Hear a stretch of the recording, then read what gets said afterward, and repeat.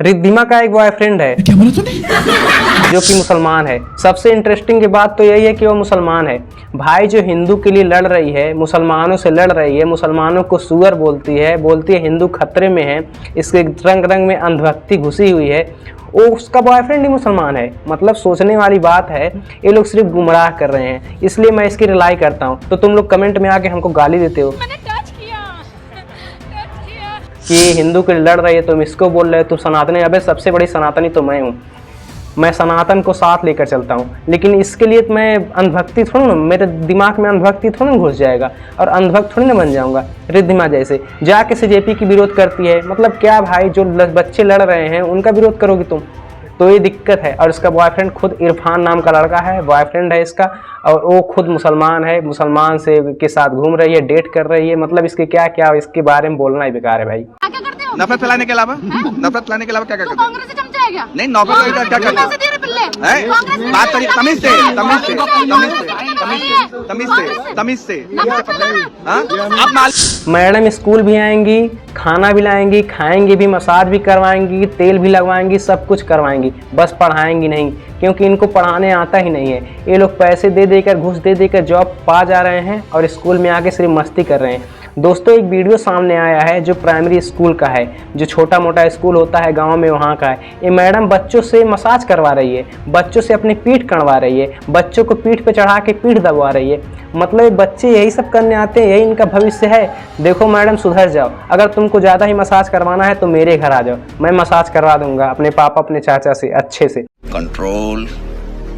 तो सुधर जाओ। आपका क्या कहना है कमेंट में जरूर बताना। यूपी से एक दर्दनाक घटना सामने आई है, जहां एक पत्नी ऐसा काम की है, वह अपने पति के ऊपर पेट्रोल छिड़क कर उसको जिंदा जला दिया। क्या बोला तूने? पति सोया था आराम से, वह अपने बॉयफ्रेंड के साथ मिलकर पति के ऊपर पहले पेट्रोल छिड़कती है, फिर उसे माचिस लगा के जला देती है। पति पूरी तरह से झुलस गया था, वह हॉस्पिटल गया और वहाँ पे उसकी मौत हो गई। मतलब सोच लो, पत्नियां इतनी आगे निकल जा रही हैं। पति ना घर में सुरक्षित है ना बाहर में, कोई बाहर ले जाके पहाड़ से ढकेल दे रही है, मर जा रहा है, घर में है तो भी नहीं सुरक्षित है। बेचारे पति जाए तो जाए कहाँ? बात तो सही है। पत्नियों के साथ इतना अन्याय हो रहा है, यह देखकर भाई शादी करने को मन नहीं कर रहा है। युवा आजकल डर रहे हैं। आपका क्या कहना है इस मामले में कमेंट करके जरूर बताना। सोनम वांगचुक सर भूख हड़ताल पे बैठ चुके हैं जंतर मंतर पे। मतलब सोचो आप, शिक्षा सुधारने के लिए एक आदमी को भूख हड़ताल पे बैठना पड़ रहा है। खाना वाना कुछ नहीं खाना है, सिर्फ पानी बस पीना है। मतलब वो कैसे रहेंगे? अगर उनको कुछ हो जाता है तो सारी जिम्मेदारी बीजेपी और सत्ता में सत्ताधारी हैं इन्हीं की होगी। तो धर्मेंद्र प्रधान इस्तीफा दे दो, नहीं तो अगर कुछ हो जाएगी तो सोच लो तुम्हारी खैर नहीं है साले। बहुत अति कर दिए तुम।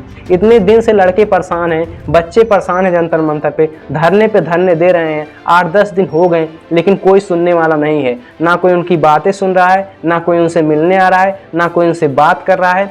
यह देखते हुए सोनम वांगचुक सर भूख हड़ताल पे बैठ गए।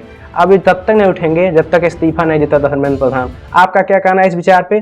हमें फॉलो जरूर करना, कमेंट पे जरूर बताना अपनी राय, शेयर हमारे साथ जरूर करो। कहां से आया था वो? ऑपरेशन सिंदूर में 13 महीना पहले जो घटना घटी थी उसमें 6 जवान शहीद हुए थे, लेकिन सरकार राजनाथ सिंह और नरेंद्र मोदी ने इस बात को छुपाई और जनता के सामने नहीं लाई। आज तक ना कोई प्रेस कॉन्फ्रेंस की, ना कोई सूचना दी, ना किसी मीडिया में कोई प्रकाशित किया कि हाँ 6 जवान हमारे देश के भी शहीद हुए थे ऑपरेशन सिंदूर में।